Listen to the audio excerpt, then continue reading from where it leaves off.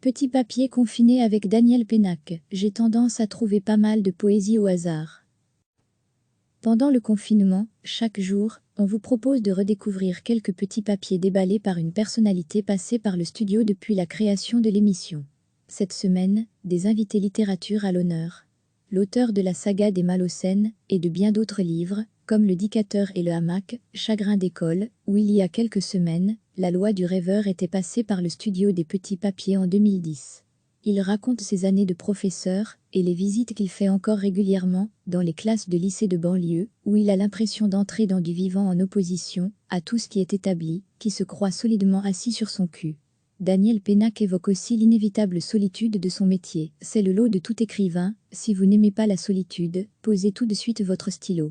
Grand fan de Tintin, il pose aussi une colle aux amateurs et propose un jeu original auquel il joue depuis 30 ans avec son épouse pour tromper l'ennui.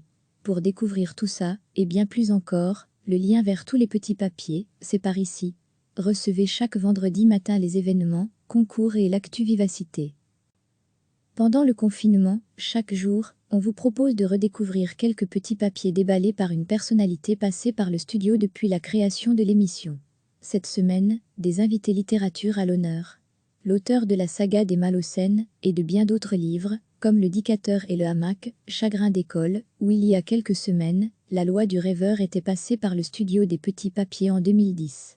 Il raconte ses années de professeur et les visites qu'il fait encore régulièrement dans les classes de lycée de banlieue, où il a l'impression d'entrer dans du vivant en opposition à tout ce qui est établi, qui se croit solidement assis sur son cul.